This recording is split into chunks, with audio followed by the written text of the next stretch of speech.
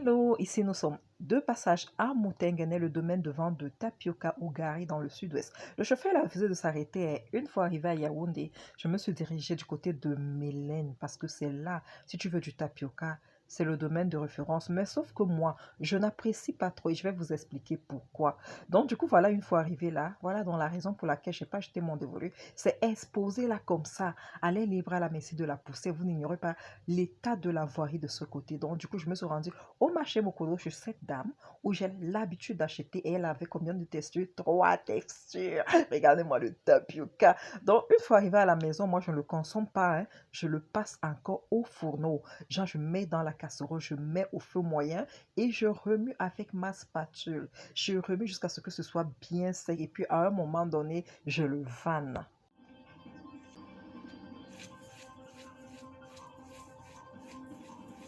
Voilà, je le vanne ainsi pour le débarrasser de nombreux corps étrangers. Après, je remets encore la casserole au feu avec ma spatule. Je tourne délicatement pour ne pas que ça crame. Là, il faut faire très attention. Il ne faut pas que ça crame. Vous savez, le gari ou le tapioca, c'est de l'huile. Du coup, quand ça accroche au fond de la marmite, là, c'est pas bon du tout. Il faut remuer de temps en temps, de temps en temps. Une fois que ça refroidit, voilà, je mets dans les gamelles.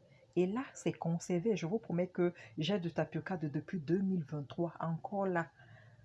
Voilà donc comment vous pouvez le déguster. Beaucoup le mangent avec des arachides grillés, du lait, de l'eau glacée. D'autres vont même ajouter du palji, des fruits, tout. Chacun y va de son goût. Mais pour le moment, moi, je m'abstiens. Vous voyez, je vous montre juste des vidéos que j'ai captées quelque part. Je m'abstiens parce que je suis en abstention de sucre durant mon régime. Donc, je n'ai même pas eu le temps d'acheter Régilet pour vous faire une petite démonstration. Bon, ben voilà, c'est là, hein.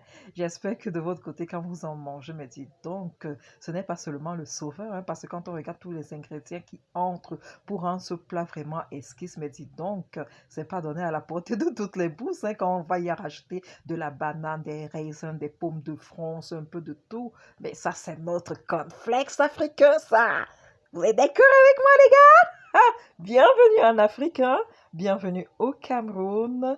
Merci à la population de... C'est Santa? Le domaine de fabrique de Gary dans le Nozo.